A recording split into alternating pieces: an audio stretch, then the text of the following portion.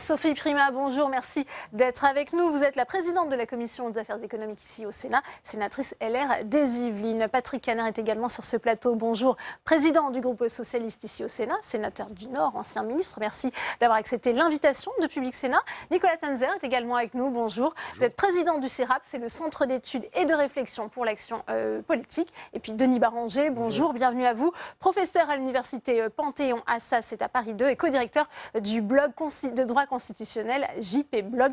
Merci d'être avec nous. Sophie Primas, on voit quand même ce grand débat, beaucoup s'interroger au début sur sa tenue. Le gouvernement, il voit plutôt un succès avec les premiers chiffres qui sont là. Plus de 10 000 réunions en 2 mois, 1 400 000 contributions sur la plateforme avec 16 000 cahiers de doléances déposés en mairie. C'est un succès ? Écoutez, je pense qu'au moins ce grand débat aura eu un grand bénéfice, c'est que enfin les Français ont pu exprimer le fait qu'ils sont passionnés par la politique. Moi, je ne doutais pas de ça, mais aujourd'hui, les Français expriment leurs opinions politiques. Vont-elles tous dans le sens de l'intérêt général? Ça, on le verra à la suite, on le verra quand tout sera dépouillé. Mais en tout cas, les Français ont assumé le fait qu'ils adorent parler politique et qu'ils ont envie de parler politique directement à leurs élus et de s'exprimer sur les grands thèmes de société. Donc en ça, c'est plutôt bien. Sébastien Lecornu, le ministre des collectivités territoriales, dit que c'est un pied de nez à la droite sénatoriale, qui n'y croyait pas finalement à ce débat. Non, ce à quoi nous ne croyions pas, c'est ce que nous ne voulions pas, c'est faire assumer les responsabilités de la situation politique, que je ne qualifie même pas d'ailleurs autour de La République En Marche, mais de la situation politique aux seuls élus locaux de territoire, c'est-à-dire aux seuls maires. Et donc, nous ne voulions pas qu'il y ait dans l'esprit des Français de doute sur la responsabilité et le fait que les maires animent les débats. C'est pour ça que nous avons été prudents. Mais sur l'expression politique, tant mieux, les Français parlent politique, ils adorent ça depuis Astérix, tout va bien. Patrick Caner, même analyse, c'est plutôt bénéfique finalement, ce grand débat, ces concertations qui touchent à leur fin ce vendredi? Oui, tout ce qui peut concourir à une forme de démocratie collaborative entre la légitimité du peuple souveraine et celle des élus, c'est-à-dire les représentants du peuple, moi ça me convient. Même si tout à l'heure dans votre reportage, j'entendais un intervenant dire mais on s'interroge sur la légitimité des élus. Attendez, je ne vais pas m'excuser, ou Sophie Primas, je ne vais pas m'excuser d'avoir depuis tant d'années demandé la confiance de mes concitoyens. S'ils ne veulent pas me donner leur confiance, ils me renvoient dans mes 15 mètres. Donc acte. Donc attention de ne pas voir le grand débat être dévoyé avec les pires relents peut-être que peut connaître notre société, et notamment un discours contre les représentants. Moralité, attention à ce conflit potentiel entre le peuple, ou la foule, comme dirait Bernard Cazeneuve, et les élites. Nous ne sommes ni les élites, il n'y a pas le peuple contre les élites, il y a simplement une organisation de la République qu'il faut préserver. Et ce que je vois aujourd'hui, et j'en arrête là, c'est que nous sommes rentrés les uns les autres, nous avons participé au grand débat, et encore moi ce week-end dernier, et le risque, en fait, c'est de rentrer sur un terrain de jeu sans en connaître totalement les règles. Et aujourd'hui, il y a des règles qui nous manquent sur la concrétisation et la conclusion du grand débat. C'est effectivement l'enjeu et on voit qu'on est rentré dans la dernière ligne droite. Nicolas Tanzer, que faire de toutes ces contributions, de toutes ces doléances? On a vu à travers ces exemples aujourd'hui ces conférences thématiques nationales dans les ministères. C'est un petit peu le flou encore, on ne sait pas trop comment synthétiser toutes ces remontées de terrain. Mais je crois qu'il y a eu d'abord une vaste entreprise de consultation. Attention, ce n'est pas de la participation à la décision. Je crois qu'il faut bien distinguer les choses. Une consultation large, qui est très bonne, qui est très heureuse. Les Français y ont, j'ai l'impression, participé vraiment avec intérêt, parfois avec passion. Enfin, ils ont dit ce qu'ils avaient sur le cœur. Et on pourrait presque regretter d'ailleurs que ce type de débat n'ait pas eu lieu plus tôt, il y a 5 ans, il y a 10 ans, et qu'il ne soit pas intervenu régulièrement. Maintenant, il y aura un temps qui sera le temps de la décision. Ce temps de la décision, ce sera évidemment le président de la République, le gouvernement, ce sera évidemment les parlementaires après, lorsqu'il y aura des lois qui en découleront, qui auront à prendre ces décisions. Par définition, il va falloir trier, il va falloir sélectionner, il va falloir garder une cohérence, parce qu'il est évident que derrière tout ce qui s'est exprimé à travers ce débat, il y a des choses qui ne sont pas compatibles les unes avec les autres.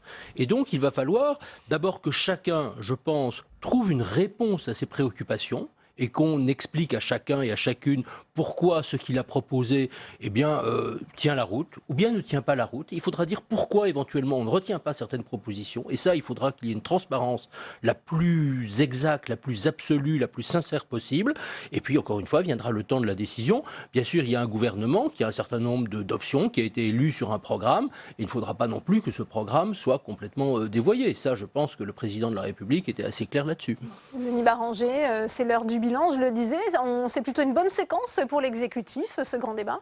Oui, on peut faire crédit au président Macron d'avoir inventé un dispositif, un outil habile de sortie, ou du moins pour faire face à la crise des Gilets jaunes. Dans le même temps, le mouvement des Gilets jaunes a montré certaines faiblesses ou certaines limites, spontanéisme politique, absence d'organisation, incapacité de se convertir en liste. On a vu ce matin dans le Figaro que s'il y avait une liste, elle ferait 3%, donc rien en substance. D'un autre côté, ce qu'on peut dire à ce stade, c'est qu'il y a un pas de l'expression politique à la vraie délibération, et il y a un autre pas très grand d'un éventuel vrai débat à la décision politique. Et maintenant, ça va être de sortir du grand débat qui va être difficile. M. Macron avait dit ce que ça n'était pas. Il avait dit c'est pas une élection, c'est pas un référendum. Donc qu'est-ce que c'est ? Ça, c'est la très grande question. La prolongation actuelle de ce dispositif pose une question de ce point de vue-là. On appuie sur la touche pause. Qu'est-ce qu'on va faire après ? On ne le sait pas. Sophie Primas, avec un débat parlementaire qui est attendu probablement début avril. Vous, qu'en attendez-vous justement de toutes ces remontées de terrain ? J'en attends de trouver une cohérence dans tout cela, parce que je pense qu'on a été plusieurs, comme Patrick Caner vous l'a dit tout à l'heure, à assister ou même à participer, parce que quand on était dans les réunions, on était quelquefois en effet sollicités. Mais il faut trouver une cohérence et il faut trouver, après cette consultation, parce que je pense qu'en réalité le mot juste est là, la consultation, il faut trouver une cohérence de l'action politique qui soit cohérente avec ce qu'a promis le président de la République avant les élections présidentielles et qui soit cohérente aussi avec la majorité de ce qui va être exprimé. Moi, j'ai une préoccupation, c'est la légitimité de ce qui va être proposé. Parce qu'on a fait des consultations, il y a beaucoup de Français qui sont exprimés, mais je ne sais pas quelle est la légitimité démocratique de ce qui ressort de ces consultations et de ces débats. Pour avoir été plusieurs fois, je l'ai dit, dans des débats, j'étais frappée par la différence entre les Gilets jaunes, la population des Gilets jaunes qui s'exprimait dès le début. Elle était présente, Sophie Primas, cette population? Pas tout le temps, justement. Il y avait un décalage. Il y avait un décalage très important, très très important entre moi les premières réunions que j'ai faites où on avait une population, j'allais dire. Peut-être plus avertie de la chose politique, plus connaisseuse de la chose politique, quelquefois plus âgée également que celle qui s'exprimait dans la rue. Donc des populations assez différentes. Et la dernière que j'ai faite était à moitié de ces personnes-là et à moitié des Gilets jaunes. Et là, j'ai vu une confrontation des choses. C'est-à-dire qu'à un moment, les Gilets jaunes se levant en disant « nous sommes le peuple » et les autres étant relégués à des choses qui n'étaient pas le peuple. Donc voilà, il ne faudrait pas qu'on sorte sur une confrontation des idées et c'est la légitimité démocratique qui va donner le là de ces conclusions. Patrick Caner, on sait que nos confrères et consoeurs du Parisien ont d'ailleurs fait un état des lieux assez complet de ces contributions. Ils s'intéressent à une France qui apparaît visiblement coupée en deux. Oui, notamment le Parisien insiste sur les participations venant des territoires qui ont voté oui à Maastricht, alors que dans les territoires qui ont voté non, ça c'est la théorie de M. Fourquet qui est très juste, eh bien on n'a pas beaucoup participé. On a une matière qui est très riche, parfois contradictoire. Et vous connaissez cette fameuse expression, l'intérêt général n'est pas la somme arithmétique des intérêts particuliers. Et donc maintenant l'enjeu, c'est que, j'ai envie de dire, Emmanuel Macron a lancé une fusée. Est-ce qu'il maîtrise tous les étages de la fusée, si vous me permettez la métaphore? Et on peut en être un peu inquiet sur le... Comment va-t-il sortir de cela? Par un référendum, ses proches lui disent surtout pas, ce sera la catastrophe. Par des lois, mais encore faut-il que le Parlement soit associé. Est-ce que ce sera en contradiction ou pas avec son programme? Je me demande si la machine infernale n'est pas en train de se mettre en place et qu'on gagne du temps. Voilà, c'est le temps de la procrastination. Et peut-être qu'au passage, on essaiera de surmonter l'épreuve des élections européennes. Donc, il ne faudrait pas que tous ces Français, et nombreux, sincèrement, qui ont participé avec leurs idées en pensant que la consultation deviendrait une vérité. Il ne faudrait pas que la déception soit tellement grande que finalement c'est tout le système, tout le régime parlementaire et le régime démocratique de représentation qui soit mis en cause en disant, encore une fois, on a joué le jeu, mais vous jouez pas le jeu avec nous. Alors là, le climat risque d'être extrêmement tendu. On va continuer ce débat, Patrick Haner, mais on retrouve Alexandre Poussard avec un des membres du Collège des garants, Jean-Paul Bailly. C'est à vous, Alexandre. Oui, Jean-Paul Bailly, quelles sont vos observations en tant que garant de ce grand débat national sur cette conférence nationale des corps intermédiaires autour de la démocratie? Écoutez, je pense que c'est un moment très, très important parce que on a depuis le début souhaité que le grand débat soit à la fois inclusif et délibératif. Inclusif, ça veut dire que tout le monde peut y participer. Alors jusqu'à présent, dans l'ensemble des débats, ça a été le cas.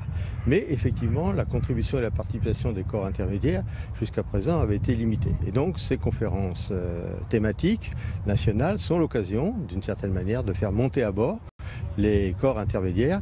Et c'est ce qui se passe d'ailleurs, parce que les réunions se passent bien, et les débats sont ouverts, constructifs, parfois animés, mais ça répond à la deuxième exigence qui est d'un moment délibératif.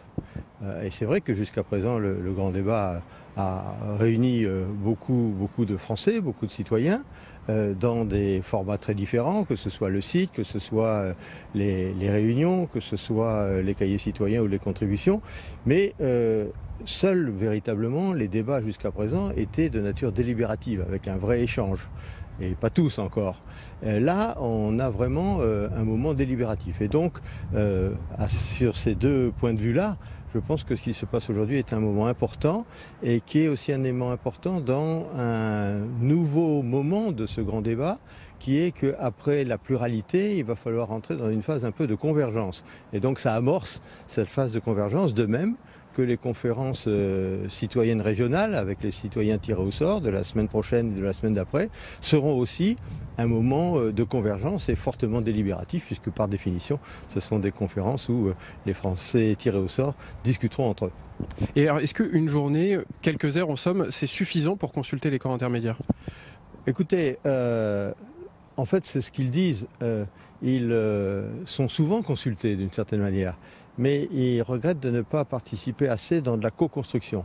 Alors, on ne peut pas dire qu'aujourd'hui, ce n'est pas en quelques heures qu'on fait véritablement la co-construction, mais je pense que c'est l'occasion qu'ils passent un certain nombre de messages importants pour la suite, pour les suites plutôt, du grand débat, puisqu'il y aura un moment de décision concrète, mais chacun comprend bien que c'est un processus qui va se poursuivre, et dans une dynamique avec un élargissement, on va dire, de la démocratie participative d'une certaine manière. Et donc, je pense que cette journée y contribue, même si, de ce point de vue-là, elle ne sera pas décisive. Vous parliez d'un grand débat national inclusif. Est-ce que véritablement tous les Français y ont participé, ou est-ce que c'est juste une partie assez aisée de la population, et notamment les retraités, qui ont participé? Non, on peut pas dire que tout le monde tous ceux qui ont voulu ont participé. Et c'est vrai que quand on a participé à des débats, comme on l'a fait, beaucoup, un certain nombre de pans de la population sont moins représentés que d'autres. On ne peut pas dire qu'ils soient absents, mais par exemple, moi j'étais à des réunions où il y avait des gilets jaunes, des réunions où il y avait des chômeurs, des réunions où il y avait des personnes handicapées, voire des gens complètement exclus parlant eux-mêmes ou parfois portés par leurs associations. Donc ce débat, tous ceux qui voulaient, pouvaient y participer. Mais de manière générale, je pense qu'il faut bien comprendre que ce grand débat n'est pas un grand sondage. C'est-à-dire, par définition, la base n'est pas une base représentative, c'est la base de tous les Français qui ont quelque chose à dire. Très bien. Merci beaucoup Jean-Paul Bailly d'avoir répondu à mes questions. Merci. Merci beaucoup Alexandre. Nicolas Tanzer, on vient d'entendre effectivement sur l'aspect profil des participants. Ça, c'est extrêmement aussi intéressant à décrypter. Et pour l'instant, en ce qui concerne Internet, on voit qu'il y a une surmobilisation des Français les plus citadins, les plus urbains, les plus aisés. Oui, ce n'est pas étonnant. C'est-à-dire c'est quelque chose qui est bien documenté, comme on dit, par l'ensemble des livres, des ouvrages, des articles qui sont consacrés à cette question. Il est clair que plus on est élevé dans les selles sociales, culturelles, éducatives, plus on participe et plus on participe de manière précise, argumentée à ce genre de débat. Donc il y a une inégalité, en quelque sorte, structurelle de ce genre de choses. Deuxièmement, on s'est aperçu aussi que les jeunes ont moins participé dans l'ensemble, et ça je trouve que c'est plutôt inquiétant. moins participé dans l'ensemble que les autres catégories. Ensuite, on s'aperçoit évidemment que les gens dans les périphéries, parce qu'ils ont moins d'accès, qu'il y a quand même cette coupure, cette fracture de l'Internet, également n'ont pas nécessairement pu s'exprimer. Et puis il y a ceux qui étaient aussi, notamment un certain nombre de gilets jaunes, qui étaient rétifs à ce genre de participation, qui ne voulaient pas, qui eux étaient sur une autre logique, qui était une logique de destruction, d'insurrection, et voilà, et qui n'étaient pas dans cette participation. Et ça, c'est je crois, extrêmement inquiétant. Donc il va falloir rassembler, et je pense que l'un des grands enjeux de la conclusion du débat, ça va être de ne pas opposer les catégories de Français les unes contre les autres, de ne pas opposer les riches, les pauvres, les urbains et les ruraux, les ouvriers, les cadres, etc. Et il va falloir trouver quelque chose qui fabrique effectivement cette cohésion qui a semblé depuis très longtemps manquer à cette société divisée. Mais qu'est-ce que ça veut dire, Denis Barranger? Est-ce que le grand débat a manqué sa cible finalement? Puisque je le disais, l'objectif c'était bien de mettre un terme à cette crise des Gilets jaunes. Même si le grand débat avait seulement réussi à réunir le cœur de l'électorat de Macron, pour lui, ça aurait déjà été quelque chose d'intéressant. Mais je pense que ça va un peu au-delà. Si on regarde ce qui s'est passé généralement, je pense que les Gilets jaunes, c'était un mouvement de colère, de contestation, mais qui s'est confronté avec le temps à un déficit d'incarnation. Ils pensent ils disent qu'ils sont le peuple, personne n'est le peuple avec la souveraineté nationale.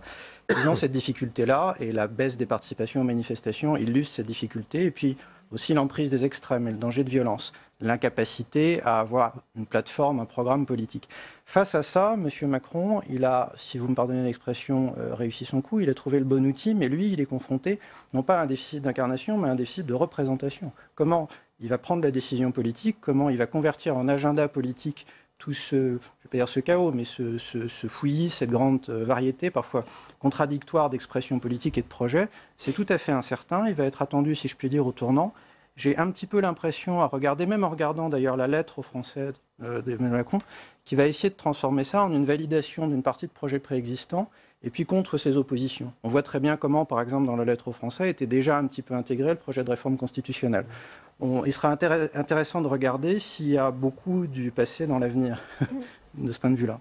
On retourne justement au ministère de la Justice avec vous, Alexandre Poussard, avec Cécile Gallien de l'AMF. On va voir justement quel rôle les élus ont pu jouer dans l'organisation de ce grand débat. Oui, Cécile Gallien, en tant que représentante d'une association d'élus, qu'avez-vous pensé de ce grand débat thématique sur la démocratie ? L'important, c'est qu'on fasse entendre notre voix. Donc cet après-midi est intéressante parce que nous nous sommes retrouvés associations d'élus, de maires, de départements urbains, ruraux, à l'écoute aussi et en adéquation avec les associations qui étaient là, présentes, qui représentaient les jeunes et différents citoyens de France. Il y a une vraie rencontre. Vous pensez que les associations d'élus sont un peu fermées sur le monde associatif ? Pas du tout. On vit avec les associations. Moi, je suis maire d'une commune de 1450 habitants. La vraie vie, je la connais. Les gens viennent me voir pour des quantités de demandes. On sert de guichet unique pour beaucoup de choses. Alors, est-ce qu'en une journée, en quelques heures, on peut arriver à des solutions dans ce débat ? On a trouvé un accord par exemple, sur le thème de la complémentarité au niveau des territoires. On souhaite tous, que ce soit les maires, les départements ou les régions, travailler en subsidiarité. C'est-à-dire qu'il faut réaliser les compétences, c'est-à-dire des actions publiques au bon niveau. Et quand vous êtes dans un territoire rural, un département avec 220 000 habitants, c'est comme si vous vous retrouviez dans une grande ville de 220 000 habitants. Eh bien, parfois c'est le département qui doit gérer la chose, parfois c'est la commune, parfois c'est l'intercommunalité. Donc ce droit à la différenciation, ce droit à l'expérimentation, il faut maintenant qu'on le mette en place. Ça veut dire qu'il faut qu'on modifie quand même un peu la loi NOTRe. Et le gouvernement a déjà prévu ce droit à la différenciation et il a même annoncé que la loi NOTRe allait être modifiée. Eh ben, nous sommes prêts à y travailler. Nous souhaitons aussi, comme on le dit, un nouvel acte de la décentralisation, ce qui s'accompagnera aussi par le changement, je pense, des missions des préfets plus facilitateurs auprès des élus dynamiques. Finalement, les élus, ils ont été bien consultés dans ce grand débat par le président de la République, avec plein d'annonces au niveau territorial. Oui, en tout cas, on va rentrer maintenant dans le vif du sujet. On a beaucoup de choses à revoir en matière de compétences, de gouvernance et de bon niveau et de liberté aussi. Très bien. Merci beaucoup, Cécile Gallien, d'avoir répondu à mes questions. Merci à vous, Alexandre. Ça vous fait réagir le rôle des élus Patrick Caner et Sophie Primas, ce qu'on vient d'entendre Oui, je pense que Sophie Primas ne dira pas le contraire. Nous sommes des élus locaux aussi depuis longtemps. Le président Macron, qui n'a pas cette culture, et ce n'est pas un reproche, ce n'est qu'un constat, a redécouvert, et c'est tant mieux, les élus et peut-être les corps intermédiaires. Mais après 18 mois de maltraitance, si vous me permettez l'expression. Et donc là, le doute existe et on le voit bien dans la réaction de cet élu il y a quelques instants. Et la culture de M. Macron, très jacobine finalement, de par sa formation, de par son expérience personnelle. Il a connu le pouvoir immédiatement à l'Élysée. D'abord comme collaborateur, puis après comme ministre et aujourd'hui comme président de la République. Donc c'est un parcours tout à fait extraordinaire. Donc si le grand débat a permis de faire remonter auprès du président de la République une forme d'humilité, si vous me permettez l'expression, sur ces questions, c'est tant mieux. Néanmoins, il n'en reste pas moins vrai qu'il a un projet, qu'il a un programme, et que la dérégulation qu'il a montrée depuis le début du quinquennat est déjà bien ancrée dans les esprits. Donc, saura-t-il résister aux pressions qui ont pu être les siennes jusqu'à présent? Nous le verrons bien. Encore une fois, je reviens à ce propos de tout à l'heure, c'est quelle solution pour sortir du grand débat par le haut? Moi, je crois qu'une des solutions de sortie du grand débat, je le disais tout à l'instant, c'est un acte fort de décentralisation. Donc, pour faire un acte fort de décentralisation... Ça, le gouvernement est plutôt favorable. Il va falloir... Enfin, c'est nouveau. Il va falloir... c'est assez nouveau. Il va falloir quand même qu'il s'appuie sur les élus locaux, qu'ils soient des maires, qu'ils soient des conseillers départementaux, qu'ils soient des conseillers régionaux. Donc, on ne sortira pas de cette crise sans un retour à la proximité entre le pouvoir exécutif et les citoyens. Mais c'est mal parti, pardonnez-moi de le dire, parce qu'aujourd'hui même, à l'Assemblée nationale, on examine un projet de loi sur l'Agence nationale de cohésion des territoires, et il y a des amendements qui viennent d'enlever la majorité de cette agence aux élus locaux. Voilà. Donc les signes sont absolument contraires à la réalité de ce qui ressort aujourd'hui du grand débat, qui est un besoin de s'exprimer au travers de la proximité avec les élus, que ce soit des élus locaux ou des élus nationaux. Alors, avant de continuer ce débat, une dernière réaction avec vous, Alexandre Poussard, puisque justement les membres des corps intermédiaires commencent à sortir de cette première conférence thématique, et vous êtes avec Marie-Lise Léon de la CFDT. C'est à vous, Alexandre. Oui, Marie-Lise Léon, est-ce que vous êtes satisfaite par cette conférence nationale thématique sur la démocratie ? Bonjour, oui, effectivement, c'est une journée très intéressante avec une occasion un peu inédite de débattre de façon très libre entre les organisations syndicales, patronales et associatives. Donc c'est positif pour le moment, oui. Est-ce que la CFDT a été, et les syndicats de manière générale, ont été suffisamment consultés dans ce grand débat et dans cette crise des Gilets jaunes ? Alors, il y a eu un certain nombre de rencontres avec le gouvernement. Nous, l'idée a été de trouver notre juste place dans la période et puis de peser sur les pistes de sortie. L'idée que l'on a à la CFDT, c'est qu'il y ait bien une co-construction des solutions, donc qui est à la fois des conférences thématiques régionales. Je trouve que c'est intéressant. Et puis, en ce qui concerne la CFDT, on a, nous, organisé des débats avec des adhérents, des militants, des citoyens. Donc, on a pris notre part sans être les organisateurs de cet ensemble de grands débats. Là où on est très attendu, et surtout le gouvernement, c'est quelles seront les sorties ou les pistes de sortie qu'il pourra donner. Est-ce que vous pensez que vous allez être écouté dans les pistes de sortie de ce grand débat ? Alors nous, on a fait un certain nombre de propositions, la CFDT, et puis dans le cadre du pacte social et écologique que l'on a présenté la semaine dernière. On a 66 propositions en débat, on en a traité un certain nombre ici aujourd'hui, et puis on continuera de le faire, et puis on espère que d'ici le 15 avril, on sera entendu. Très bien, merci beaucoup Marie-Lise Léon d'avoir répondu à mes questions.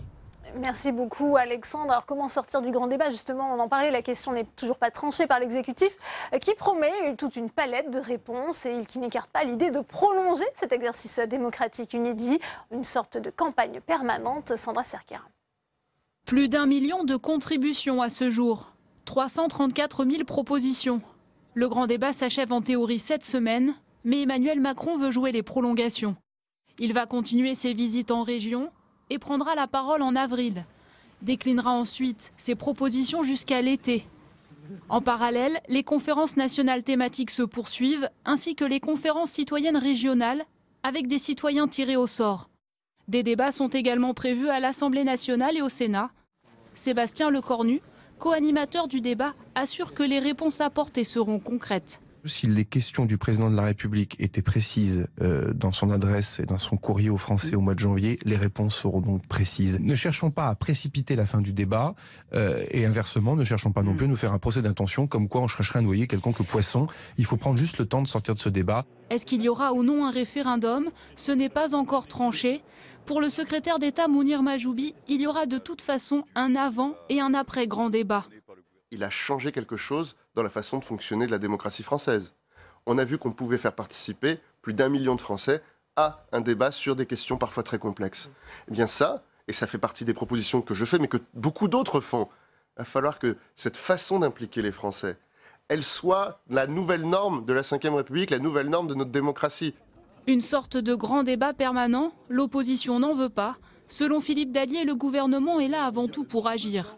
Nous sommes bientôt à la fin de la 2e année du quinquennat. Il faut quand même se souvenir de cela. Et le gouvernement est en train de se demander quelle politique il va conduire. Alors on sait que tout cela vient effectivement des erreurs qui ont été commises depuis juin 2017. Et maintenant on essaye de les corriger. Mais ceci étant dit, il ne faut pas oublier la situation dans laquelle se trouve ce pays, la nécessité de le réformer. C'est tout l'enjeu pour Emmanuel Macron, montrer qu'il est capable d'évoluer sur certains dossiers, sans pour autant se renier, des mesures fortes, avec un virage à gauche réclamé par certains, le tout sans être trop déceptif. Nicolas Tenzer, c'est un risque pour le gouvernement, cette tentation du débat permanent? C'est à la fois un risque et une opportunité. C'est un risque parce que si on n'arrête pas de débattre et qu'à un moment on ne décide pas, on n'agit pas, on ne réforme pas, on n'avance pas. Mais ensuite, je pense qu'il y a une méthode qui est très importante. Et cette méthode, je crois qu'elle doit imprégner aussi l'administration publique. Vous saviez, vous aviez un organisme dans le temps, j'y étais il y a très longtemps chef de service, qui s'appelait le Commissariat Général du Plan. Et là, on avait quand même régulièrement des réunions avec l'ensemble des partenaires sociaux, parfois des réunions d'ailleurs fermées. Moi, je recevais dans mon bureau régulièrement les leaders des organisations syndicales, des élus aussi de tendances différentes, des ONG, des experts français mais aussi étrangers. Et l'administration, on essayait d'impulser le changement. Souvent, les administrations n'écoutent pas ce que disent les gens, ne se rendent pas compte parce qu'elles n'ont pas de retour du terrain. Et je pense qu'il faut vraiment que cette nouvelle méthode, finalement, infuse dans le corps social administratif. Et je pense que de ce point de vue-là, il ne faut pas arrêter le grand débat, même si à un moment, il faudra trancher, décider, bien sûr. Arrêter, ne pas arrêter, Denis Barranger, quelle est l'option préférable pour... Je ne sais pas quelle est l'option préférable.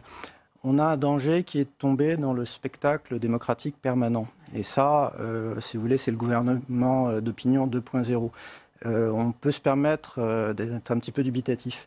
Maintenant, on a concentré notre discussion sur ce qu'on attend de Macron et de l'exécutif. Je pense aussi que la réponse, elle peut et elle doit venir d'ailleurs. Elle doit venir des oppositions qui sont un petit peu atones pour le moment. Elle vient déjà des syndicats. On parle beaucoup de Laurent Berger comme du premier opposant. C'est assez vrai, même s'il le nie. Les syndicats ont un grand rôle à jouer dans une situation comme la situation présente, parce que ce sont des corps intermédiaires. Je pense aussi que quand on nous dit qu'il y a 1,4 million de manifestations d'expression qui se sont faites, c'est à comparer aux 2 millions sur change.org, sur la pétition sur le climat. Il faut voir aussi que maintenant, les jeunes, ils ne vont pas dans les grands débats, ils vont directement sur les plateformes. Donc tout ça va avoir lieu et peut-être que la réponse, elle viendra aussi de la société civile. Patrick Kanner, de la société civile. Je pense en résumé que l'état de l'opinion n'est pas automatiquement l'état de droit et qu'il faut une maturation dans le temps et dans l'espace. On a créé beaucoup d'espoir au travers du grand débat qui est un succès populaire. Personne ne peut le nier. Mais la responsabilité aujourd'hui de l'exécutif qui a initié cette démarche est de transformer une aspiration en réalité positive. Et c'est ça, aujourd'hui, ce qui attend Emmanuel Macron. J'étais président du Conseil général du Nord. Tous les ans, à l'époque où il y avait un peu de démocratie participative dans ce département, eh bien, nous bâtissions une délibération cadre sur un grand sujet de société intéressant les nordistes à partir d'un débat, mais avec tous les éléments. C'est-à-dire si celui qui participe à un débat n'a pas d'information, ne connaît pas le droit, ne connaît pas d'expertise, on peut tomber dans la démagogie. Et parfois, on a eu des débats, en tout cas auxquels j'ai participé, qui me semblaient plutôt liés à de la démagogie qu'à de véritables consultations. Sophie Primas, il faut garder malgré tout cette méthode de grand débat, de concertation, mieux associer les citoyens à la décision. Mais c'est ce qu'on fait dans les communes régulièrement. Enfin, dans chacune des communes que je connais, il y a des débats citoyens sur l'avenir de la rue des Rosiers ou l'avenir du quartier ou l'avenir de tel ou tel projet. Donc ça se fait véritablement dans les communes. Et puis maintenant, l'exécutif, il est venu le temps de décider. Parce que comme le disait Philippe Dallier tout à fait ce matin, un quinquennat, c'est vite passé. Le Parlement a besoin de temps pour légiférer de façon correcte. Nous avons besoin de temps. Le meilleur exemple que j'ai en tête, alors c'est pas parce que ça concernait ma commission, mais on a avec le président Larcher et le président Macron, l'accord des deux présidents fait à la conférence du consensus sur le logement. Donc on a ouvert une plateforme de participation qui a eu beaucoup de contributions. On a travaillé sur ces contributions. Ça a duré 1 an avant qu'on puisse mettre en place la loi et qu'on puisse la voter. Donc il faut du temps pour légiférer, il faut du temps pour écouter, mais il faut du temps pour décider. Et un quinquennat, c'est vite passé. Donc il faut absolument maintenant qu'on soit dans le temps de l'action. Monsieur le Premier ministre, depuis le 22 février dernier, une grande partie du peuple algérien est descendue dans la rue pour s'opposer à un 5e mandat du président Bouteflika, dans un esprit pacifique, il faut le souligner. Cette mobilisation, inédite dans cette forme depuis très longtemps, a évidemment contribué à faire évoluer les positions du pouvoir. D'abord, lorsque le président Bouteflika a annoncé qu'il ne terminerait pas son second mandat s'il venait à être réélu. Puis hier soir, lorsqu'il a annoncé qu'il renonçait à une nouvelle candidature, invoquant cette fois son âge et sa santé. Si cette annonce satisfait à court terme les revendications des manifestants pour une modernisation du système politique, elle ne répond pas aux attentes fondamentales du peuple algérien. Ne soyons pas naïfs, car aujourd'hui, la contestation pourrait évoluer vers une volonté de changement plus large. Le scrutin présidentiel devrait avoir lieu après une conférence nationale inclusive et indépendante, représentative de toutes les composantes de la société, avec pour mission d'élaborer avant la fin de l'année un projet de constitution à soumettre au référendum, ce qui revient à reporter les élections présidentielles à une date non fixée. Le président Emmanuel Macron a accueilli avec satisfaction ces annonces appelant au passage à une transition d'une durée raisonnable. Or, on le sait, nos deux pays entretiennent depuis longtemps des relations complexes, passionnelles mais étroites. Pourriez-vous, monsieur le ministre, nous préciser la position de votre gouvernement sur ces dernières évolutions? Pour vous répondre, la parole est à monsieur le Premier ministre. Vous avez la parole, monsieur le Premier ministre. Merci, monsieur le Président, mesdames et messieurs les sénateurs, monsieur le Président. Complexe, passionné, ancienne, les relations entre la France et l'Algérie le sont en effet, parce que notre histoire est à bien des égards une histoire commune, parce qu'elle a connu des moments de lumière et des moments d'ombre, parce que l'Algérie est notre voisine de l'autre côté de la Méditerranée, parce qu'elle est un État ami, souverain et clé pour la région. Pour toutes ces raisons, nous suivons avec beaucoup d'attention ce qui se passe en Algérie. Je veux le dire, mais je crois que personne n'a évidemment de doute sur le sujet, l'Algérie est un État souverain. Nous respectons complètement cette souveraineté et les évolutions récentes de la situation nous imposent et nous recommandent de rappeler toujours avec force et avec clarté cette évidence que je viens d'évoquer. Alors, où en sommes-nous au lendemain des annonces du président Bouteflika ? Le président Bouteflika a fait savoir hier, dans son adresse ou dans son message à la nation, qu'il renonçait à se présenter à l'élection présidentielle qui était initialement prévue le 18 avril. Il a proposé les jalons d'une rénovation du système politique algérien avec un remaniement ministériel qui s'est traduit par la nomination d'un nouveau Premier ministre et d'un vice-Premier ministre, l'organisation d'une conférence nationale dont les travaux doivent se conclure d'ici la fin de l'année et devraient déboucher sur l'adoption par référendum d'une nouvelle constitution. Et enfin, et seulement après cela, la tenue d'élections présidentielles auxquelles lui-même ne serait pas candidat. Voilà le contenu des annonces. Nous avons salué ces derniers développements, d'abord parce que ces annonces interviennent à l'issue de plusieurs semaines de manifestations à travers tout le pays, qui ont vu des millions d'Algériens et d'Algériennes exprimer dans le calme, dans la dignité, leurs aspirations. Nous notons aussi que ce civisme des manifestants a été contemporain d'une grande retenue des forces de l'ordre, lesquelles ont été exemplaires. Nous souhaitons que cet esprit de responsabilité, qui a été noté par l'ensemble de la communauté internationale, puisse perdurer afin que se mettent en place les conditions d'une solution démocratique. Ce qui doit maintenant s'engager, c'est une dynamique à même de répondre aux aspirations profondes du peuple algérien et surtout la mise en place d'un calendrier politique de transition raisonnable, puisque l'affichage et le respect de ce calendrier est une condition de crédibilité essentielle à l'ensemble du processus. C'est le vœu que nous formons, nous qui souhaitons une Algérie stable, prospère et unie. C'est d'abord la responsabilité des Algériens eux-mêmes. Nous le disons en toute amitié et avec toute l'attention qui est la nôtre sur la situation actuelle. Merci, Monsieur le Premier ministre. Monsieur le Président Roquet. Oui, vis-à-vis de l'Algérie, Monsieur le Premier ministre, vous êtes sur le fil du rasoir entre accusation d'ingérence et accusation d'indifférence. Quant au peuple algérien, je ne lui souhaite pas que s'illustre pour lui cette réflexion de Giuseppe Tomasi di Lampedusa, extrait du Guépard. Il faut que tout bouge pour que rien ne change.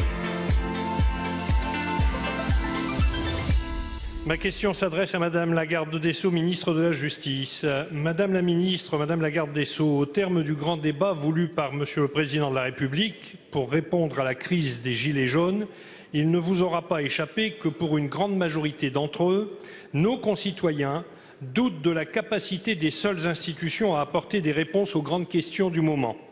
Au-delà du doute, nous pouvons considérer dans leur expression qu'il y a même une forme de défiance à l'égard de la communication des institutions publiques comme de celle des grandes entreprises privées, faisant leur la phrase devenue célèbre d'une humoriste « On ne nous dit pas tout ». C'est pour répondre à ce besoin d'une information objective que des femmes et des hommes se sont exposés pour rendre public des faits répréhensibles par notre droit. Les plus connus, Alain Robert, Hervé Falcini, Stéphanie Gibault ou encore Irène Frachon, peuvent être considérés comme les précurseurs de ce qu'on appelle communément les lanceurs d'alerte. Dans ces conditions, l'accord trilogue Parlement européen, Conseil, Commission européenne intervenu hier 11 mars sur la directive relative aux lanceurs d'alerte sur la base de la proposition de notre collègue Virginie Rosière doit être salué.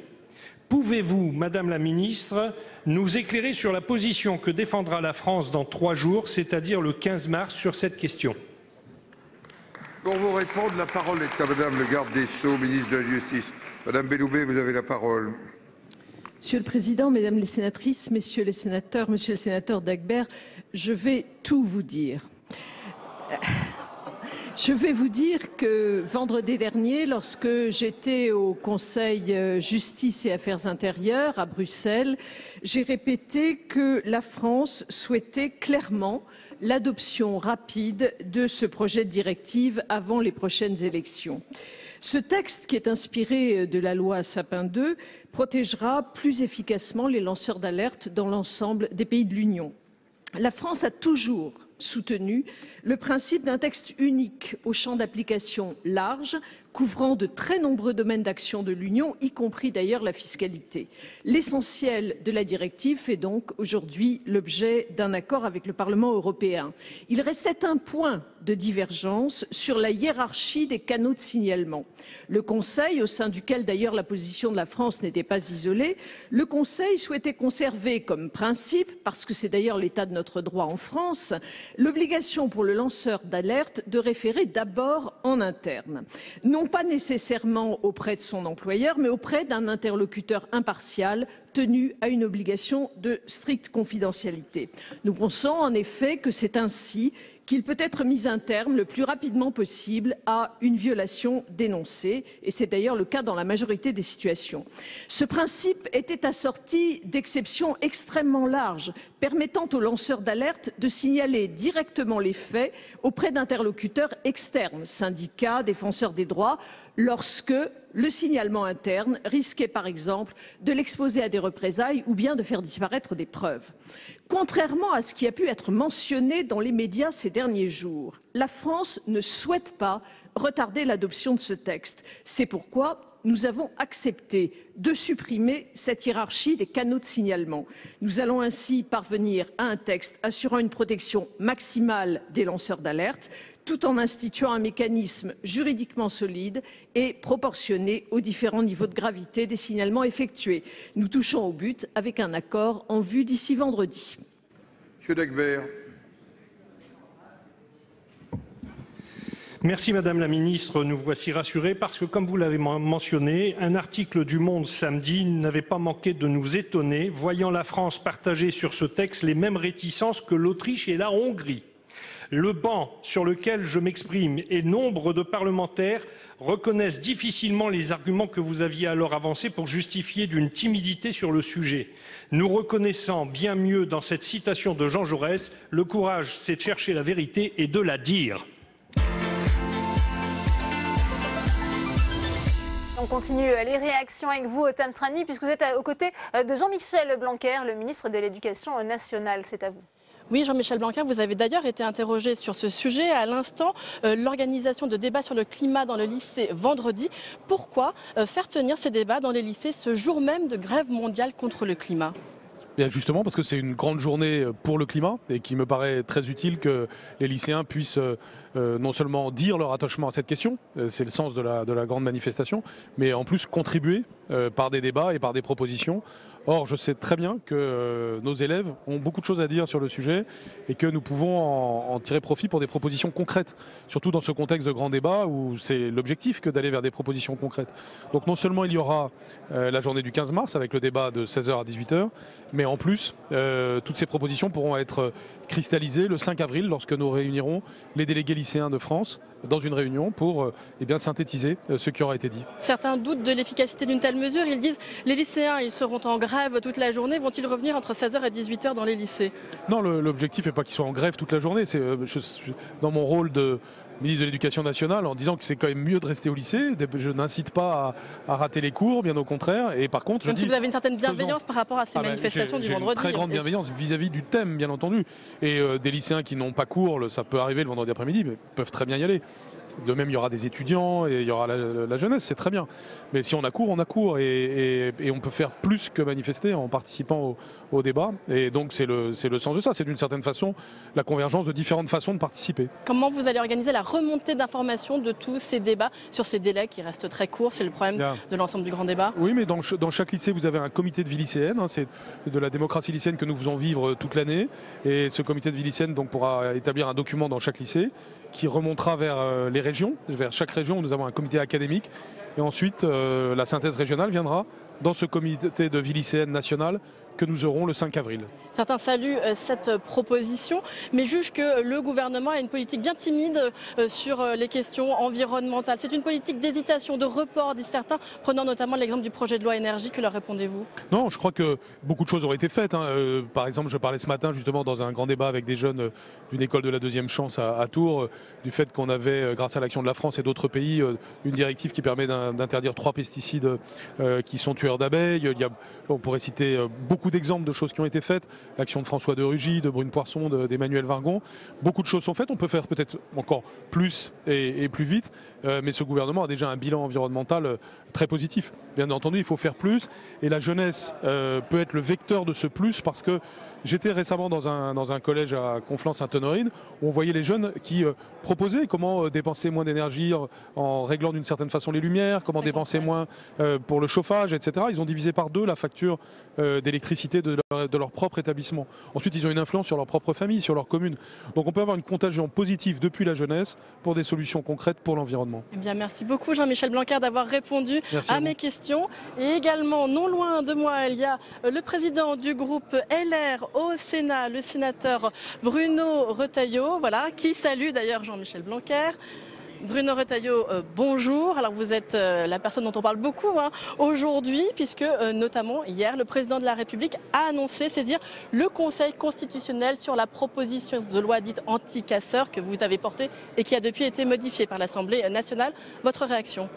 Je veux dire que l'objet du texte, il n'est pas du tout ambigu, il n'est pas du tout équivoque. C'est de faire en sorte qu'en France, on puisse manifester librement, pacifiquement, sans craindre les minorités ultra-violentes. Voilà. Alors, le président de la République se saisit de l'article 61 de la Constitution qui lui permet de faire appel du Conseil constitutionnel.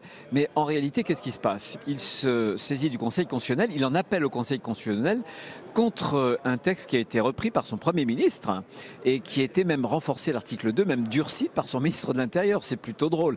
J'imagine qu'il ne veut pas non plus laisser à la gauche le soin de saisir le Conseil constitutionnel. Cet article 2, tout de même, est-ce qu'il ne pose pas problème tel qu'il a été modifié par l'Assemblée nationale?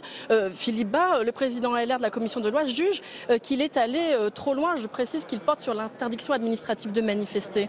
Écoutez, moi je pense que si demain on n'a pas en France, pour nos forces de l'ordre, pour la République même, et pour la démocratie, des outils qui nous permettent de lutter pied à pied, de ne pas céder un pouce de terrain à ces minorités ultra-violentes, alors vous verrez, c'est le droit de manifester qui sera touché. Et il n'y a pas de hasard. Si ces dernières semaines, on a entendu des voix qui se sont élevées pour réclamer l'interdiction des manifestations, on a un dilemme. Soit demain, il faudra interdire les manifestations, soit ce que je préfère, ne pas les interdire, les autoriser, mais en revanche, éradiquer celles et ceux qui se cachent, qui se dissimulent derrière leur cagoule pour commettre leur forfait. Alors ce texte, vous le jugez réellement satisfaisant tel qu'il est aujourd'hui, vous qui l'aviez tout de même vraiment critiqué lorsqu'il était à l'Assemblée nationale? Non, j'avais critiqué la sortie en commission des lois. Mais le texte sorti en commission des lois n'a plus rien à voir avec le texte qui ensuite a été voté par les députés. Évidemment, il n'est pas totalement parfait, c'est pas notre texte, mais je pense qu'on aura un esprit de responsabilité. On veut très vite, par souci d'efficacité, voter ce texte, le voter conforme pour que, encore une fois, on puisse avoir des instruments qui permettent à nos forces de l'ordre et à la justice de lutter contre cette nébuleuse ultra-violente. Une toute dernière question. Votre réaction au rapport annuel de Jacques Toubon qui parle de climat de répression en France et qui, à nouveau, dit qu'il faut interdire les lanceurs de balles de défense et certaines grenades qui sont utilisées aujourd'hui par les forces de l'ordre dans les manifestations? Quand il y a des dérives, il doit y avoir évidemment des enquêtes. Il y en a plus de 110, je crois, à l'heure actuelle. Je voudrais simplement rappeler qu'il y a eu, et le ministre de l'Intérieur nous l'a redit tout à l'heure, 1500 policiers, gendarmes et sapeurs-pompiers qui ont été blessés. Ils ont peut-être eux aussi droit à notre attention. Et on va débattre de ce sujet avec 4 invités sur ce plateau. Michèle Vullien, bonjour. Bonjour. Sénatrice UC du Rhône. Je précise que vous avez voté contre cette proposition de loi. Également sur ce plateau, Sophie Taillé-Polian, sénatrice Génération, apparentée socialiste ici au Sénat, sénatrice du Val-de-Marne.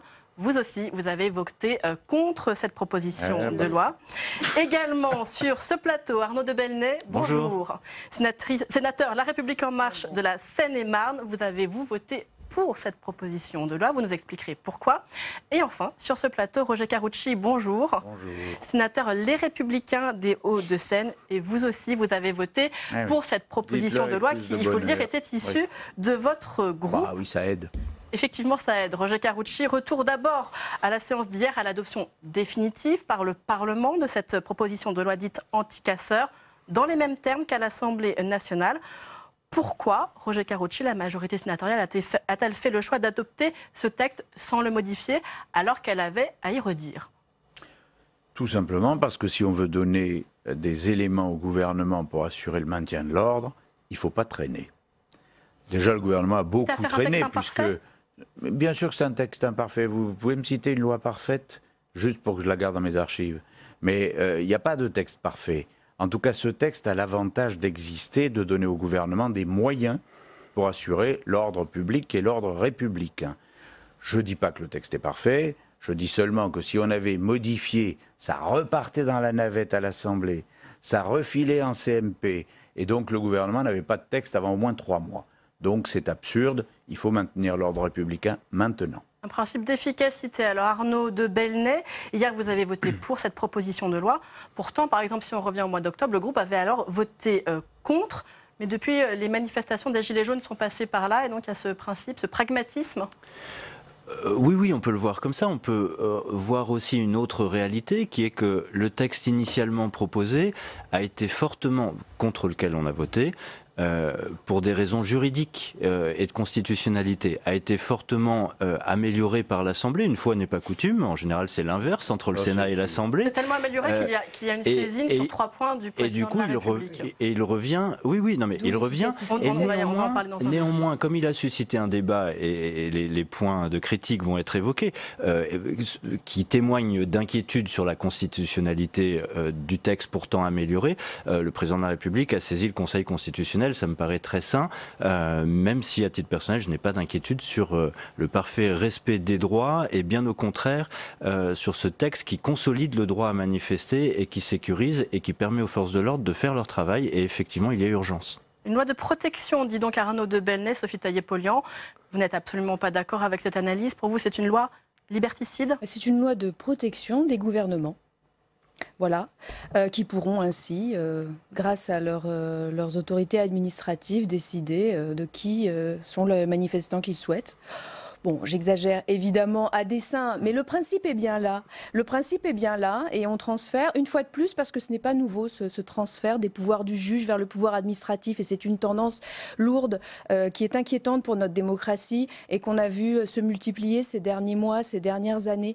Donc évidemment que c'est une loi inquiétante qui réduit le droit de manifester, c'est une évidence. Et ce n'est pas une loi efficace, puisque c'est une loi qui est quand même très discutable du point de vue de sa constitutionnalité. Donc je ne crois pas qu'on ait gagné en efficacité et en temps, puisqu'il y a des recours qui sont posés, qui ont quand même des chances d'aboutir et de prospérer. Michèle Vullien, c'est une loi très discutable. Vous faites partie de cette quinzaine de sénateurs centristes qui ont voté contre cette proposition de loi. Effectivement, parce que je pense que nous avions déjà tout un arsenal et qu'il faut savoir mettre en place ce qui existe déjà. Cette loi, pour moi, c'est une loi un peu opportuniste. Au Sénat, je suis étonnée quand même qu'elle soit passée, parce que le Sénat, on est quand même des gens qui devons réfléchir sur du temps long pour voir quelles sont les conséquences. Et on voit très bien que cette dérive, justement, alors on peut qualifier de liberticide, moi j'irai peut-être pas jusque-là, mais on commence à se diriger là-dessus, qui est un peu plus pour répondre à l'angoisse de la population. Parce que moi, je suis contre ces casseurs. Quand on voyait des gens à la télévision en train de casser, par exemple, une vitrine, quelqu'un qui casse une vitrine, il n'y a pas besoin d'une nouvelle loi pour dire on le stoppe. Donc déjà sur l'ensemble... Une loi inutile en plus. Loi inutile et dangereuse sur la façon dont elle avance. On va continuer à parler de cette proposition de loi anti-casseurs, mais d'abord je voudrais revenir à un petit moment de la séance hier avec un échange entre un sénateur communiste, Pascal Savoldelli, et Christophe Castaner, que certains ont trouvé particulièrement silencieux hier soir. Écoutez. Je voudrais savoir, Monsieur le Ministre, si vous vous adresserez au Sénat d'ici la fin de la soirée ou de la nuit. Je voudrais savoir si, Monsieur le Ministre de l'Intérieur, vous prendrez part au débat et pas seulement délégué à Madame la rapporteure. Parce qu'il y a un moment, il faut assumer sa politique. Donc je voudrais savoir si dans la soirée ou dans la nuit, à un moment, vous nous adresserez à nous, quel que soit le type des amendements, et que vous défendrez votre point de vue. Voilà, vous pouvez nous répondre, c'est propre à tout le monde ici, c'est de savoir si vous allez seulement déléguer, Monsieur le Ministre, ou assumer. Bon, j'ai vu que dans votre parcours, c'est un peu un parcours caméléon du point de vue politique, mais on verra si vous assumez là. Ouais, si, mais moi je le pense. Moi je le pense et je l'assume et je le dis. Mais enfin, répondez à la question, est-ce que dans cette soirée ou cette nuit, on va vous entendre ? Monsieur Salvadori, Monsieur le Ministre, vous voulez répondre? Si Monsieur le Sénateur avait participé à la totalité de nos travaux et était venu cet après-midi, peut-être qu'il aurait eu le plaisir de m'entendre. Il a fait un choix différent que je respecte parfaitement. Monsieur le Sénateur, je vous invite à minima, au-delà des désaccords qui peuvent nous opposer, à respecter la personne que je suis. Bah oui. Bon, on a entendu la réponse de Christophe Castaner qui a dit qu'effectivement, il s'est exprimé dans l'après-midi. Bah oui. Néanmoins, est-ce qu'il n'y a pas réellement eu une sorte de parcours caméléon de la part de l'exécutif? Je m'adresse à vous, Arnaud de Belenet. D'abord contre au mois d'octobre, puis pour au mois de janvier. Et puis là, on ne sait plus trop avec la saisine du Conseil constitutionnel. On va y revenir en détail, mais tout de même, ce sont des positions un peu fluctuantes, Arnaud de Belenet. Non, pas du tout. Elles sont totalement claires et constantes. Il y a une situation Non, mais il faut dire les choses comme elles sont. Il y a une situation qui est très claire. Ça fait sourire vos collègues. Tant mieux, non, parce qu'on apprécie le talent. Il y a une situation qui est très claire. C'est que nous avons des bandes organisées qui se cachent, qui ne sont pas là pour manifester, qui ne sont pas là pour contester, qui ne sont pas là pour exprimer une colère sociale. Bien au contraire, ils sont là pour casser le bien public et semer le désordre et le chaos. Ce sont des bandes organisées, ils s'organisent pour être anonymes, pour ne pas être perçus, et ce sont bien ceux-là qui doivent faire l'objet de mesures et d'un texte de loi adapté pour pouvoir être appréhendés et punis et rendus responsables de leurs actes. C'est ça le sujet. Alors on a eu un premier texte qui posait des problématiques juridiques, donc contre lequel on s'est abstenu, pas sur le fond, mais sur les sujets juridiques, et un second texte qui sort de l'Assemblée, qui est très opérationnel, mais qui suscite des inquiétudes. Le président de la République, comme il a le droit de le faire, a posé la question de la constitutionnalité pour rassurer tout le monde. Qu'est-ce qu'on a dans ce texte? Finalement, c'est très clair. On dit, si vous cassez, l'État peut engager votre responsabilité et vous payer. On peut vous interdire de manifester, et c'est ça qui dérange mes collègues. On peut vous interdire de manifester, parce que c'est très sain. Ces gens-là sont identifiés. Mais si on va les chercher pendant une manifestation, ça génère des émeutes sur place, donc c'est impossible pour les policiers d'aller les chercher pendant une manifestation. Donc on dit, ces gens qui ne viennent pas manifester, mais qui viennent semer le chaos, on leur interdit de manifester. Qui le fait? Le préfet. Et pas le juge, parce qu'on n'a pas le temps de saisir le juge. Et c'est ça qui pose problème. On nous dit, mais on est dans un état policier. Mais pas du tout. Le préfet a l'obligation de notifier cette interdiction 48 heures au moins avant la manifestation, et la personne concernée peut saisir le juge à travers un référé liberté qui se prononce en moins de 48 heures. Donc on voit bien que l'efficacité et le rôle du juge sont préservés, les libertés publiques sont préservées, mais on est efficace et on donne les moyens aux forces de l'ordre de faire leur travail. Roger Karoutchi, vous avez un allié inhabituel sur cette proposition de loi, avec cette défense de cette proposition de loi par la République en marche. Les débats internes à la droite sont fréquents au Sénat. C'est très bien parce que c'est constructif, tandis que je ne suis pas sûr que parfois avec la gauche ça le soit. Moi, je pense qu'il faut arrêter de couper les cheveux en quatre. La vérité, c'est qu'on n'a pas les casseurs d'il y a 20 ans qui venaient piller les magasins. On les a. Mais il y a beaucoup plus. Il y a tous ceux qui, en réalité, issus des rangs des ultras, viennent déstabiliser la République et la démocratie. Alors, de deux choses l'une, où on est capable d'assurer l'ordre républicain, et le gouvernement est capable de défendre la République. Et dans ces cas-là, il faut l'autorité nécessaire pour faire en sorte que les manifestations ne dégénèrent pas. Il faut donc donner au gouvernement les moyens. Pourquoi? Parce que c'est la police de la République. C'est la gendarmerie de la République.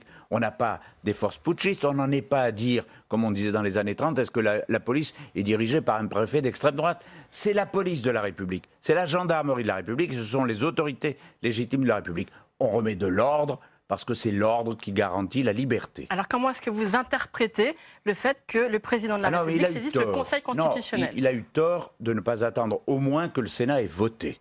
Voilà, il a eu tort de le faire la veille, je le dis clairement, je ne comprends pas pourquoi il l'a fait la veille. Mais sur le fond, que le Conseil donne son avis maintenant, mais il aurait pu attendre le vote du Sénat. Sophie Taillé-Polian, pour le coup, eh bien, vous êtes sur la même position que le président de la République. Moi, sur la saisine du Conseil constitutionnel, les parlementaires de gauche demandent aussi une saisine du Conseil constitutionnel sur un certain nombre de points qu'ils jugent contraires à la Constitution. Nous nous interrogeons effectivement sur la constitutionnalité de ce texte. Peut-être que M. Macron s'interroge également, ce qui fait qu'il a saisi avant la fin des débats parlementaires le Conseil constitutionnel. Mais enfin, il eût pu tout aussi bien avoir un dialogue avec son Premier ministre et sa majorité pour éviter qu'on ne prenne ces dispositions. Il aurait pu aussi peut-être éviter les pressions exercées sur un certain nombre de députés En Marche pour leur intimer l'ordre de ne pas voter contre alors que leur conscience les y appelait. Alors qu'il y a une cinquantaine de députés En Marche qui se sont abstenus. C'est pas le en même temps, c'est le tout à la fois, c'est le grand n'importe quoi. On ne sait plus ce que pense ou le gouvernement, l'exécutif en tout cas sur ce sujet. Moi je voudrais revenir quand même sur la situation des mouvements sociaux en France, dans ce pays depuis quand même très longtemps. On a eu des mouvements très massifs, des mouvements sociaux très massifs, je pense à 2003 ou à 2010 sur les retraites, qui n'ont pas été entendus. Je pense aussi à la loi travail, à la loi El Khomri, qui n'ont pas été entendus. On a aujourd'hui un outil démocratique, les manifestations, alors même que ces manifestations, en tout cas je pense à 2003, à 2010, étaient tout à fait calmes et organisées par les contrôles intermédiaires, n'ont pas été entendues parce qu'il y a une sorte d'autisme, de surdité totale des gouvernements qui veulent passer en force. Et là, on en a, je dirais, un gouvernement qui est au paroxysme de cela. Donc on a, je dirais maintenant, des outils démocratiques qui ont été démonétisés parce que les politiques n'ont pas été en mesure de se dire, bon, là, ce projet de loi qu'on propose ne passe pas, remettons-nous autour de la table. Donc on est dans une situation sociale qui exacerbe les tensions et qui radicalise. Je pense que si on est dans cette constante surenchère dans laquelle on voit des interdictions de manifester de nature administrative, dans laquelle on voit aussi une répression policière, on est dans une escalade permanente. C'est pas comme ça qu'on va retrouver la concorde, la capacité à se parler, à trouver des positions de conciliation dans notre pays. C'est ce chemin-là qu'il faudrait prendre aujourd'hui et certainement pas celui d'une course à l'échalote pour plus de répression, ce qui va amener malheureusement, et je le déplore, peut-être une réaction de la part d'un certain nombre de groupes extrémistes de davantage de violence. J'ajoute pour terminer que des groupes, notamment d'extrême droite, dans des villes importantes de notre pays, ont pignon sur rue, ont des cafés ouverts où on discrimine et rien n'est fait contre eux. Alors, il y aurait certainement des choses à faire avant sur les groupes d'extrême droite qui sont extrêmement radicalisés, je le crois. Et d'extrême gauche. Michel Vullien, vous parlez de course à l'échalote. Il y a un de vos collègues, Loïc Hervé, qui hier a jugé qu'il y avait aussi une course à l'échalote, peut-être de la part du Sénat. Écoutez Loïc Hervé. Alors, bon. Le Sénat n'a pas joué son rôle de protecteur des libertés publiques dans ce texte, puisque le texte qui nous revient de l'Assemblée nationale n'est plus le même que le texte qui avait été voté au Sénat. Et en choisissant de voter conforme ce texte, nous rendons un service à la majorité à l'Assemblée nationale, qui elle-même a des atermoiements sur ce sujet. Et ne faisant pas ce rôle-là, on offre au président de la République une occasion incroyable de finalement jouer le bon rôle et de dire « je suis moi-même, président de la République, protecteur des libertés individuelles ». Erreur donc de stratégie pour Loïc Hervé de la part du Sénat qui ne joue pas son rôle de garant des libertés publiques, Michel Vullien. Moi, je ne partage pas complètement l'avis de mon collègue. Vous avez voté la même chose, mais vous n'êtes pas tout à fait du même avis. C'est intéressant. Moi, je crois qu'à un moment donné, il faut arrêter de se dire on fait des lois, on fait des lois. Là, on était face, effectivement, à des exactions très fortes. Mais il me semble qu'on a l'armée aussi qui aurait pu intervenir. Moi, je crois que le gouvernement, sans doute, n'a pas été assez pugnace à un moment donné. On a laissé, parce que moi, je redis ce que j'ai dit tout à l'heure, quand on voit des gens en train de casser, des gens qui sont avec des masses, avec des matraques, etc., et qui cassent, et que finalement, la police ou les gendarmes, ou les forces publiques, on leur dit, attendez, à un moment donné, aurait fallu être tout de suite sanctionné. Et moi, je pense que ce n'est pas une loi et ce n'est pas de dire ceux-là vont être interdits de manifester parce que je ne sais pas comment ça peut être appliqué. Vous êtes interdit à Paris, mais vous allez à Lille, vous allez à Lyon, vous allez quelque part ailleurs. Comment le préfet va avoir la photo de tout le monde? Je pense que c'est un peu de l'affichage et on pourrait être beaucoup plus opérationnel et donner plus de moyens aux forces de l'ordre. Roger Karoutchi, tout de même, je voudrais revenir sur la question de la saisine du Conseil constitutionnel. Est-ce que vous croyez réellement qu'il va y avoir une censure du Conseil constitutionnel sur tous les articles concernés, notamment avec cette nouvelle configuration du Conseil constitutionnel? Public Sénat, je ne suis ni Madame Soleil, ni la Pythie de Delphes. Donc, je n'ai pas de réponse. Mais que le président de la République se mette, entre guillemets, à couvert, après tout, c'est son affaire, même si j'aurais préféré qu'il laisse les groupes politiques des assemblées le faire s'il le souhaitait. C'est pas à lui. C'est que la deuxième fois depuis 60 ans que le président de la République saisit le Conseil constitutionnel. Il y avait eu François Hollande avant lui. François Hollande sur un texte de Manuel Valls. On voit ce que ça veut dire. Mais la vérité, c'est que je pense que c'était maladroit de la part du président de la République de le faire. Pourquoi ? Parce qu'en réalité, quand il a repris ce texte et demandé au gouvernement de le reprendre, il voulait donner le sentiment qu'il pouvait incarner l'ordre républicain dans ce pays. En saisissant le Conseil constitutionnel, il brouille sa propre image. Est-ce qu'il est le garant de l'ordre ou est-ce que, au nom de la protection de liberté prétendument mise en cause, il n'est plus le garant de l'ordre? Donc je pense qu'il aurait mieux fait au moins d'attendre que le Sénat vote et ensuite de décider. Il a eu tort de le faire si vite. Je pense que le Conseil constitutionnel aura des commentaires ou des critiques. Je doute qu'il annule les 3 articles. Arnaud de Belenet, Oui. On entend, Roger Karoutchi, brouillage d'images de la part du président de la République. On ne sait plus où on en est. Je ne partage pas pour une fois le regard de Roger Karoutchi sur ce point. Je crois que le président applique l'article 61, utilise les pouvoirs qui lui sont donnés.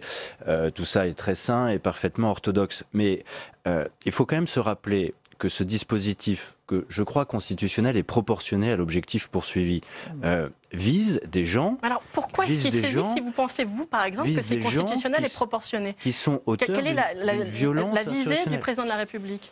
Mais il y a une inquiétude qui s'exprime dans le débat parlementaire, à l'Assemblée comme au Sénat. Votre majorité, les 50 abstentionnistes à l'Assemblée nationale, notamment. Une question est posée. Personne n'avait, alors que d'autres pouvaient le faire, personne n'avait encore saisi le Conseil constitutionnel. Le président est dans son rôle, et je crois que c'est sain. Le premier, quoi. Je crois que c'est très sain. Moi, je vois pas de problème de forme. On critique toujours la forme quand on n'a plus rien à dire sur le fond. On critique toujours la forme, puis on voit toujours une malice politicienne quand on a soi-même l'esprit un peu torturé. Que dans la République, il n'y a pas de malice.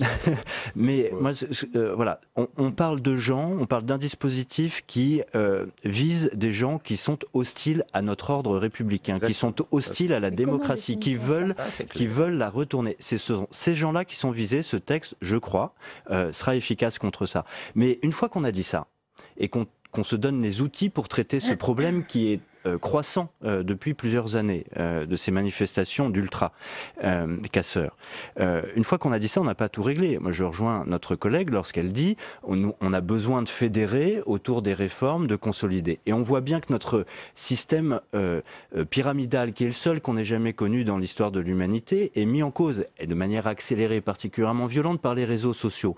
On voit qu'on a besoin que le pouvoir s'exprime et associe davantage, que les choses soient plus réticulaires. De ce point de vue-là, le grand débat est un tâtonnement. Et je crois qu'effectivement, les prochains projets de loi, les prochaines grandes réformes devront s'appuyer sur une forme de concertation, pas la cogestion, pas le bazar, chacun dans ses fonctions, chacun en responsabilité, mais au moins avec une information, une pédagogie et j'espère, une réappropriation des enjeux et une meilleure maîtrise des enjeux par chacun. Je crois qu'on a besoin de cette nouvelle légitimité pour faire avancer notre pays.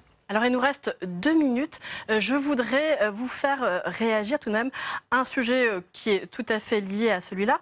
C'est le rapport de Jacques Toubon, hier, qui a, lui, dénoncé un renforcement de la répression en France, un recul des libertés, qui demande d'ailleurs à nouveau dans son rapport la fin des lanceurs de balles de défense. Est-ce que vous êtes d'accord avec Jacques Toubon, Sophie Taillé-Polian? Moi, je crois effectivement que dans le traitement de ces manifestations, il y a eu non-application de la doctrine de maintien de l'ordre. La doctrine de maintien de l'ordre, c'est de se dire que les manifestants sont avant tout des citoyens et que les forces de l'ordre doivent montrer leur force pour ne pas avoir à l'utiliser. C'est vrai qu'il y a eu énormément de débordements, mais on a vu quand même énormément d'interpellations, de gardes à vue préventives. On a vu énormément d'utilisation, notamment des LBD, mais d'autres types aussi d'armes de la police contre des manifestants qui n'avaient rien fait. Et ça, je pense que c'est extrêmement grave pour notre démocratie et que le défenseur des droits est tout à fait dans son devoir que de dénoncer, d'attirer notre attention là-dessus. Je vais être beaucoup plus bref. Je dis aux défenseurs des droits, pour qui j'ai de l'estime et que je connais depuis longtemps, nous ne sommes plus dans le monde des bisounours. Et la société rousseauiste du bon garçon n'existe pas. La violence est banalisée dans la société. La République est menacée par ces fauteurs de troubles. Il faut prendre des mesures. La République, ça se défend. Ça n'est pas un régime éternel si on ne la défend pas. Donc Jacques Toubon a une vision un petit peu irréaliste de notre société. Un peu utopiste. Utopiste. Arnaud de Belenet? Oui, si nous étions dans un monde idéal, il n'y aurait pas de casseurs, il n'y aurait pas besoin de protéger les policiers et donc des LBD. Nous ne sommes pas dans un monde idéal. Quelle est l'alternative aux lanceurs de balles de défense? Si nous n'en avons pas, ce sont nos policiers qui se font casser la figure et qui finissent à l'hôpital. Et s'il faut les armer autrement que par des LBD, c'est par des armes lourdes. Donc le LBD est merveilleusement imparfait, mais c'est hélas le seul outil dont on dispose. En 5 secondes, Michèle Vuillard, pardon. Moi, je dis qu'il faut que les forces de l'ordre puissent se protéger avec les armes de bon niveau, mais il faut qu'elle puisse être protégée de façon efficace. Et nous allons continuer à parler de l'abrogation de ces lois obsolètes avec mon invité, Philippe Bas, sénateur Les Républicains, président de la commission des lois. Philippe Bas, nul n'est censé ignorer la loi. C'est un adage impossible à satisfaire, même si vous avez supprimé 49 textes inutiles. Oui, c'est des textes qui ne nuisaient plus à personne depuis longtemps. C'est pour ça qu'on parle de fossiles législatifs. Mais au-delà du caractère anecdotique des choses, ce qui est très important, Vincent Delahaye s'en est occupé vraiment avec beaucoup d'engagement sous l'impulsion du président Larcher, c'est de faire cette revue de détail, tout en sachant que le problème, ce n'est pas les lois qu'on n'applique plus qui datent du 19e siècle, c'est les lois qu'on fait en trop aujourd'hui. Parce que si vous regardez quelque chose comme le Code de la construction, il avait 2217 articles en 2002, il en avait, figurez-vous, en 2018, 3463. Plus 65%. Et donc, au fond, il y a le problème des lois désuètes, qui coexistent. Qui pour vous ne font plus grand mal à personne. Il vaut mieux quand même faire le nettoyage. C'est pour ça que l'expression balai est heureuse. Oui. Certaines contredisent des lois postérieures. Il ne faudrait pas que quelqu'un aille les exhumer, les mettre en opposition avec des lois actuelles, et puis qu'un jour un juge se dise alors laquelle j'applique. Bon, et puis les Français ont vraiment besoin de clarté dans le droit applicable. Mais notre premier devoir maintenant, c'est de dégonfler la baudruche législative. 50 à 60 lois par an. Un journal officiel qui ne cesse d'enfler. Aujourd'hui, le journal officiel, c'est, pour la seule année 2018, 71 521 pages. Je regarde mon papier parce que moi-même, je m'en étonne à chaque fois que je lis le chiffre. Et donc, notre travail à nous, c'est de dire, quand un texte rentre, un projet rentre dans le travail parlementaire, comme la loi Elan sur le logement, avec 65 articles, et qu'en ajoutant les amendements du gouvernement aux amendements parlementaires, on sort avec 234 articles, c'est-à-dire qu'on le multiplie par 4, là, on prend un risque pour la bonne compréhension de la loi et on rentre dans des détails qui ne relèvent pas de la loi. Il faut faire très attention à ça. Pour tout, il y en a beaucoup. Vous parlez de la loi Elan, il y a la future loi L'Homme, là, qui va être bientôt discutée. On se rappelle bien sûr d'une loi emblématique, la loi Macron. Alors, les mauvaises habitudes, elles sont vraiment prises, notamment par l'exécutif. C'est une façon de légiférer. Oui, par exemple, vous savez, la loi sur la justice que Mme Taubira avait commencé et que M. Urvoas a fini, c'est passé maintenant. Mais enfin, le gouvernement avait pratiquement doublé le nombre d'articles entre le Sénat et l'Assemblée nationale. Et on s'est retrouvé avec un texte qui a été arbitré en commission mixte paritaire sans que le Sénat ait pu discuter de près de la moitié des articles. Ça ne va pas.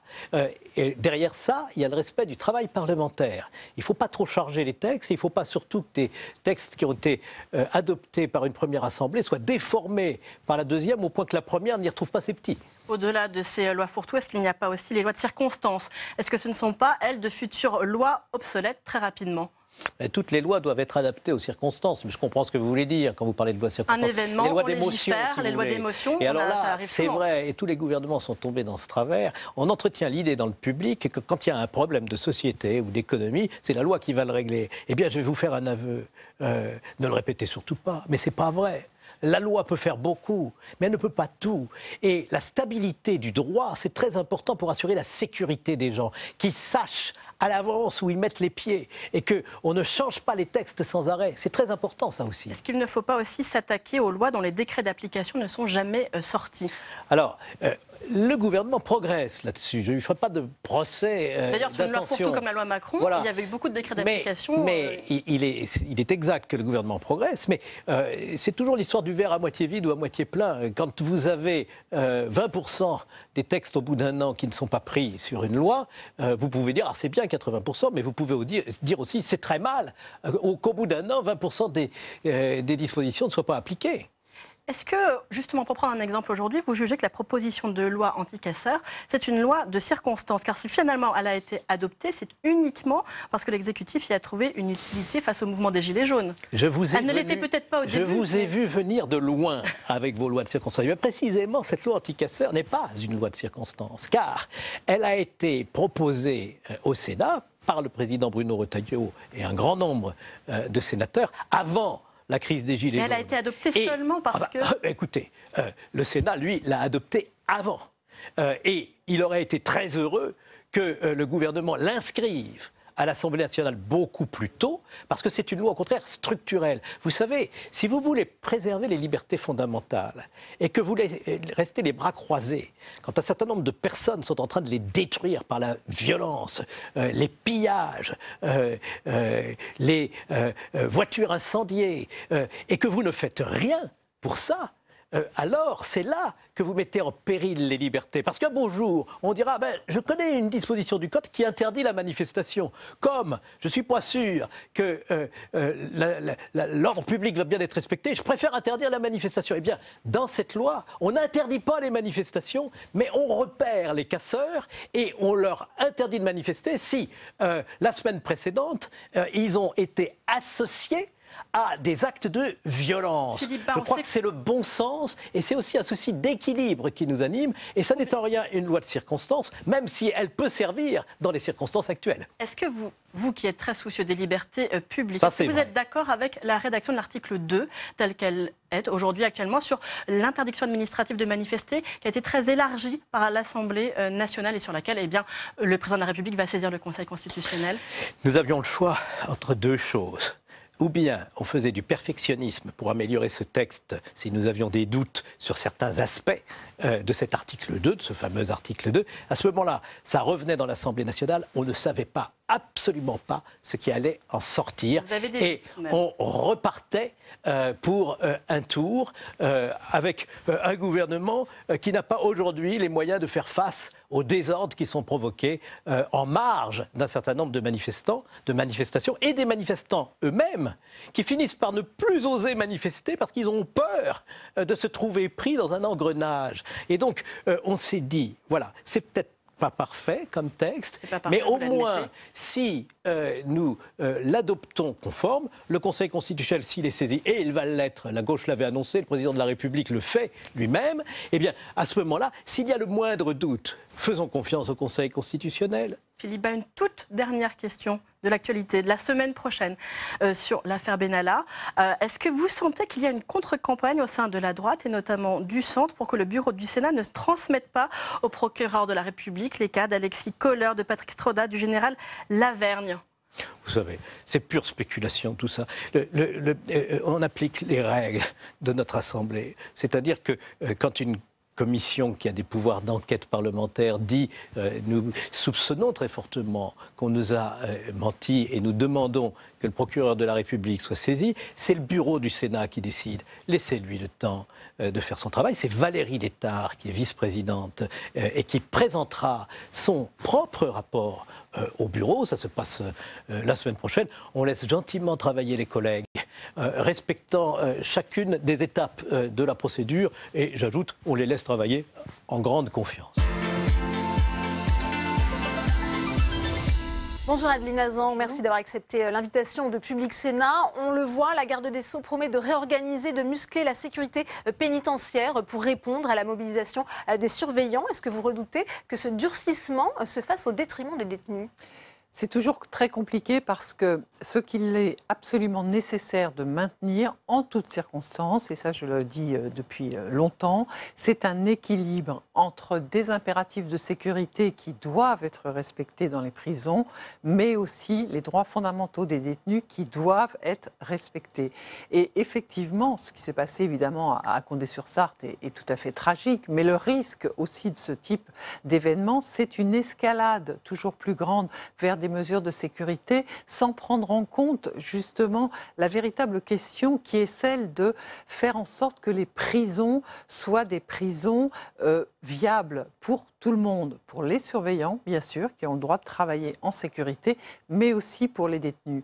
Et voyez, dans une prison comme celle de Vendin-le-Vieil ou celle de Condé-sur-Sarthe, ce sont deux prisons les plus sécurisées en France. Et pourtant, ça n'a pas évité ce qui s'est passé il y a une dizaine de jours. Cela montre bien que ce n'est pas en faisant une escalade toujours plus grande qu'on réglera le problème, mais en trouvant des solutions qui fassent que d'abord, on essaye d'incarcérer moins, et quand on incarcère, d'incarcérer dans de meilleures conditions. Oui. Est-ce que les mesures annoncées ne vont pas dans ce sens-là? Visiblement, il y a aussi cette question d'un plan de cantonnement dans des quartiers étanches du reste de la détention pour les détenus qui sont impliqués dans des affaires de terrorisme islamiste ou radicalisés. Est-ce que vous êtes favorable? Alors, là, il s'agit d'une question particulière où on ne peut pas tout mélanger, c'est effectivement le traitement des détenus radicalisés. J'ai dit en 2015 et en 2016 que j'étais contre les unités dédiées de l'époque qui consistaient à regrouper ensemble, et de façon non étanche d'ailleurs, des personnes radicalisées. Actuellement, il y a une troisième étape de ces régimes de traitement des détenus radicalisés, et précisément depuis un mois, nous sommes en train d'examiner ces dispositifs qui existent dans un certain nombre de prisons. Donc nous rendrons un avis ou un rapport d'ici quelques semaines ou quelques mois, puisque depuis 2014-2015 que le problème se pose, en fait, on n'a pas trouvé la solution, et la chancellerie, et d'ailleurs c'est tout à fait normal, tâtonne et expérimente des dispositifs différents. Donc, il y a pourtant urgence, pardon Adeline Hazan, puisque cette question va certainement se poser très rapidement avec le retour de certains djihadistes. Ce ne sont pas des détenus comme les autres. Comment doit-on les traiter? Comment justement les prisons françaises? Alors d'abord, je ne pense pas qu'on puisse avoir une réponse uniforme et globale. Je pense que là aussi, il doit y avoir des traitements au cas par cas. Il faut évidemment arriver à détecter la radicalisation de certains détenus. Il faut aussi, pour ceux qui sont condamnés pour terrorisme, envisager au cas par cas un certain nombre de mesures. Ce sont précisément ces nouveaux quartiers qui viennent d'être créés depuis il y a quelques mois, en réalité, que nous sommes en train d'expertiser, d'aller voir sur le terrain comment ça se passe. Et nous, justement, notre rôle, ce sera de vérifier que ces nouvelles mesures pour ces détenus radicalisés respectent aussi les droits fondamentaux de ces personnes. Car ces personnes, même condamnées pour terrorisme, ont des peines d'ailleurs de plus en plus longues, et ces peines doivent être effectuées en respectant les droits fondamentaux de ces personnes. Voilà pour les détenus radicalisés. Oui, les détenus radicalisés. Il y a un décret qui va rentrer officiellement demain sur le durcissement du régime disciplinaire en prison. Il va étendre la possibilité justement de ce recours au quartier disciplinaire, ce qu'on appelle le mitard. On sait que là, le taux de suicide est souvent beaucoup plus élevé que dans les restes des prisons. Là aussi, cette réponse sécuritaire, est-ce qu'elle vous apparaît adaptée? Là aussi, il va falloir examiner le respect entre ces mesures et les droits fondamentaux, et surtout ne pas penser que parce qu'on va augmenter sans arrêt les mesures sécuritaires, les choses vont être réglées. Les quartiers disciplinaires sont déjà des quartiers où il est très difficile pour les détenus de vivre. Donc l'augmentation de ces mesures ne semble pas forcément une bonne solution. Il ne faut pas croire qu'en mettant toujours plus de sécurité, on va régler le problème. On sait que les prisons françaises sont sous tension, avec toujours ces chiffres de surpopulation carcérale, 70 652 détenus au 1er février pour 60 882 places. On n'en sort pas, malgré la promesse annoncée de construction de nouvelles places de Alors justement, on n'en sort pas. Et la promesse annoncée de 15 000 places de cellules nouvelles ne me paraît pas une bonne solution. Il faut bien sûr un certain nombre de créations de places, mais je le dis et je le répète, tant que l'administration pénitentiaire ne mettra pas un budget suffisant pour les alternatives à l'incarcération, eh bien à ce moment-là, les magistrats seront contraints de prononcer toujours des peines d'emprisonnement, et notamment des peines courtes d'emprisonnement dont on sait qu'elles sont souvent les plus nocives. Il y a eu une vague de suicides à Fleury, on le sait. Je rappelle qu'un jeune s'est suicidé pour 3 mois d'emprisonnement pour un défaut de titre de transport. C'est quand même ça aussi la réalité de nos prisons. Alors heureusement, c'est assez rare pour ce type d'infraction, mais il faut absolument qu'il y ait une réflexion sur le sens de la peine et éviter que les magistrats prononcent des très courtes peines, mais pour qu'ils puissent ne pas en prononcer, il faut qu'ils puissent être éclairés par des conseillers de probation, et donc il faut qu'il y ait un budget suffisant qui soit mis sur ces services-là et pas tout sur justement la construction de nouvelles places. On sait qu'on est en pleine phase de restitution du grand débat. Il y a eu cette interrogation, faut-il ouvrir ce grand débat aux prisonniers? Ça a été chose faite, avec des débats organisés derrière les barreaux. Quel regard avez-vous porté justement sur cette initiative? Moi, je trouve que c'est une très très très bonne initiative. Les détenus, d'après ce qui m'a été rapporté, ont d'ailleurs parlé de tous les sujets et pas seulement, et même pas du tout souvent, de leurs conditions de détention. Il y a eu des débats sans la garde des Sceaux, il y a eu quelques débats avec la garde des Sceaux, et d'après les remontées qui me sont faites, tout ça s'est très bien passé. Les détenus, et ça prouve une chose, c'est que les détenus sont des citoyens, et qu'une des meilleure chose pour les réinsérer, c'est justement qu'ils aient le sentiment qu'ils sont encore des citoyens à part entière, ce qui n'est pas toujours le cas. On le disait, la situation des prisons est quand même sous tension, certainement une crise inédite depuis ces 2 agressions. On en parlait, celle de l'Orne et du Pas-de-Calais. Est-ce que la situation peut quand même s'améliorer, s'apaiser ? J'espère qu'elle s'apaisera. Les surveillants actuellement mènent un mouvement qui les regarde. Certaines de leurs revendications seront peut-être, il y sera fait droit, certaines non. Mais en tout cas, il faut absolument que les pouvoirs publics aient le courage de prendre des mesures, même si elles ne sont pas toujours conformes à ce qu'attend l'opinion publique, mais qu'ils aient le courage, par exemple, de faire qu'il y ait une régulation du flux carcéral et que les détenus en fin de peine puissent sortir plus tôt pour qu'on puisse permettre à d'autres détenus de rentrer en prison. C'est un message que vous avez porté auprès de la garde des Sceaux. Absolument, j'ai rencontré la garde des Sceaux il y a une quinzaine de jours. Je vais la rencontrer encore dans quelques semaines puisque je rends public mon rapport annuel dans quelques jours, le 28 mars exactement, et qu'auparavant je vais le remettre au président de la République et je l'ai remis il y a 2 jours au président du Sénat. Eh bien, merci Aline Nazan, vous viendrez nous en parler également plaisir. dans Sénat 360. Merci à vous d'être venu sur ce plateau. Aujourd'hui, direction le département du Doubs, c'est le département, la terre d'élection du sénateur Jean-François Longeot. Et vous allez voir, c'est un département qui a fait le pari des énergies renouvelables en s'appuyant notamment sur les ressources naturelles de ce territoire rural. C'est un reportage de Béatrice Finzin. Le Doubs, la force du département. Une ressource utilisée depuis longtemps par ses habitants, et notamment dans la production d'hydroélectricité, comme ici, à l'Abergement Sainte-Marie, où un syndicat intercommunal d'électricité a vu le jour en 1897. Le Ciel alimente désormais 6000 foyers, plus de 250 entreprises, dans 10 communes environnantes, grâce à ces turbines. Donc l'eau arrive sous pression, entraîne une turbine qui fait fonctionner, entraîner un alternateur qui lui prend l'électricité, qui est ensuite injectée sur le réseau de distribution et qui est répartie sur nos clients professionnels et nos clients domestiques.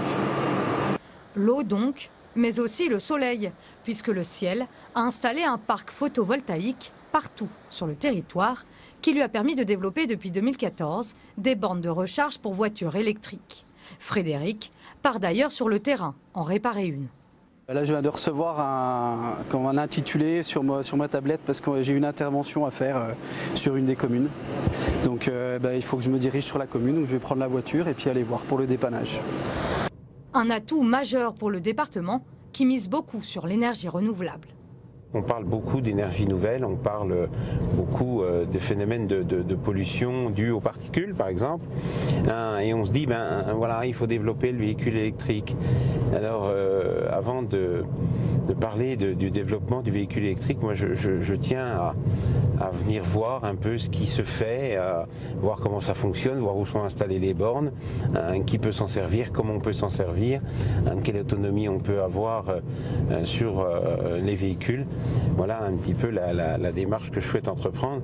À Fourcatier-Maisonneuve, on retrouve justement Frédéric en plein travail sur l'une des 10 bornes existantes. Comment ça fonctionne? Qu'on sache un petit peu comment ça fonctionne. Tout cela. Là, en l'occurrence, vous avez une carte qui est libérée par le Ciel dans chaque commune, gratuitement. Et vous venez ici scanner le petit pad. Après, vous faites l'ouverture de la porte. Vous venez charger votre petite voiture électrique avec des prises universelles aujourd'hui, parce qu'on avait des soucis de prise, mais maintenant tout fonctionne à merveille avec chaque type de prise. Donc vous pouvez venir avec n'importe quel véhicule électrique, vous pouvez le charger dessus. C'est vraiment super. Je crois qu'il faut vraiment qu'on fasse confiance à nos élus, à nos territoires. Le Doubs, un territoire plein d'inventivité, à la pointe des dernières techniques durables et riche de ressources naturelles. On est dans un département exceptionnel où on a une ressource naturelle qui est celle de l'eau, qui est celle du bois, et qu'il faut effectivement que l'on valorise et que l'on utilise de plus en plus dans nos secteurs. Associé modernité et ruralité, Jean-François Longeot, installé dans le Doubs depuis 1981, en fait sa priorité. Le sénateur centriste élu en 2014 plaidera dans ce sens le 19 mars prochain dans le cadre de la loi d'orientation des mobilités. Bonne suite des programmes sur Public Sénat et à demain.